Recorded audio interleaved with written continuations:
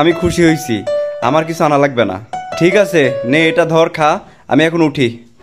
এই তোর বিল দেওয়া আরে না না না, এই নেন টাকা। শোন, তোর কোনো টেনশন নাই, তুই শুধু মন দিয়ে ইন্টারভিউ দিবি। তোরা এত টাকা পয়সা দিয়ে লেখাপড়া শিখাইছি, এই চাকরির জন্য আর কয় টাকাই লাগবে। টাকা পয়সা নিয়ে তোর কোনো চিন্তা করতে হবে না। টাকা পয়সা যা লাগে আমি তো আছি, আমি দিয়ে দেবো না। আরে ভাই, এখানে টাকা পয়সা বড় না, এখানে লাগবে ভালো রেজাল্ট আর ভালো রেফারেন্স। শুনলাম ওই কোম্পানিতে যাদের সাথে যোগাযোগ ভালো তাদের চাকরি হওয়ার সম্ভাবনা বেশি। এই তুই এত বেশি বুঝিস কেন? তোর ভাইয়ের কি যোগাযোগ কম আছে? ওই অফিসের পিয়ন থেকে শুরু করে অফিসারের সবার সাথে আমার ভালো সম্পর্ক। তুই খালি মন দিয়ে ইন্টারভিউ দিবি, তুই বাড়ি আসতে আসতে দেখবি তোর চাকরি হয়ে গেছে। সব সময় খালি বেশি বুঝে যা, এখন যা আর মন দিয়ে ইন্টারভিউ দিস।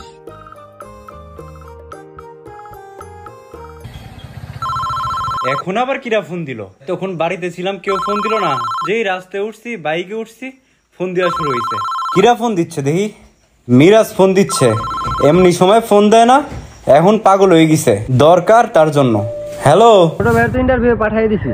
তা পাঠাইছিস, ভালো কথা। ওর যখন ইন্টারভিউ হয় তখন আমাকে একটা ফোন দিতে বলিস, আর যেই স্যার ইন্টারভিউ নেবে সেই স্যারের নামটা আমারে জানাই দিস, আমি ফোন করে বলে দিব নে। আচ্ছা তুই আগে আমার সাথে দেখা কর, তারপর ফোন দিস। আরে আমি এখন